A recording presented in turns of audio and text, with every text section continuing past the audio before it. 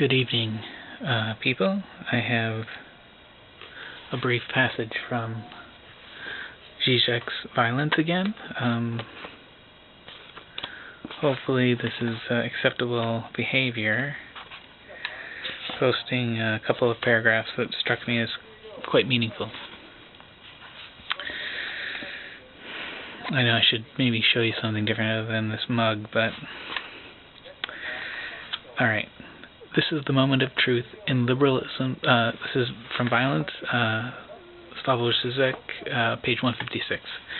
This is the moment of truth in liberalism's claim to Kulturlos universality. Capitalism, whose ideology liberalism is, effectively is universal, no longer rooted in a particular culture or world. This is why Badiou recently claimed that our time is devoid of world.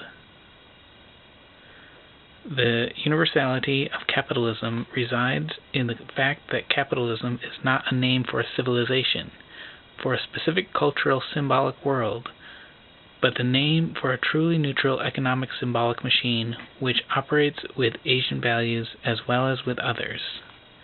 In that sense, Europe's worldwide triumph is its defeat, its self-obliteration. Capitalism's umbilical link to Europe has been cut. The critics of Eurocentrism who endeavor to unearth the secret European bias of capitalism fall short here.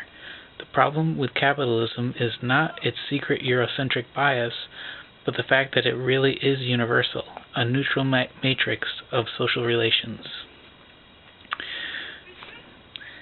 The same logic holds for the emancipatory struggle. The particular culture which tries desperately to defend its identity has to repress the universal dimension which is active at its very heart, that is, the gap between the particular, its identity, and the universal which destabilizes it from within. This is why the leave us our culture argument fails. Within every particular culture, individuals do suffer. Women do protest when forced to undergo clitoridectomy. And these protests against the parochial constraints of one's culture are formulated from the standpoint of universality. Actual universality is not the deep feeling that above all differences, different civilizations share the same basic values, etc. Actual universality actualizes itself as the experience of negativity, of the inadequacy to itself, of a particular identity. The formula of revolutionary solidarity is not, let us tolerate our differences. It is not a pact of civilizations, but a pact of struggles which cut across civilizations, a pact between what, in each civilization, undermines its identity from within, fights against its oppressive kernel. What unites us is the same struggle.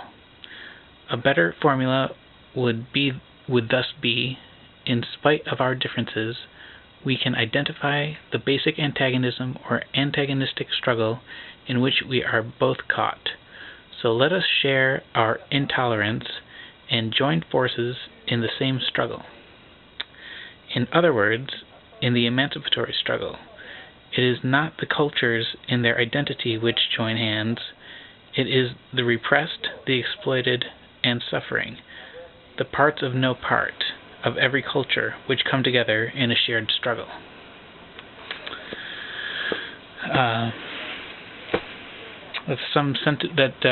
He articulates a sentiment that I'd sort of fathomed in the past, but his words are effective. Thank you for listening.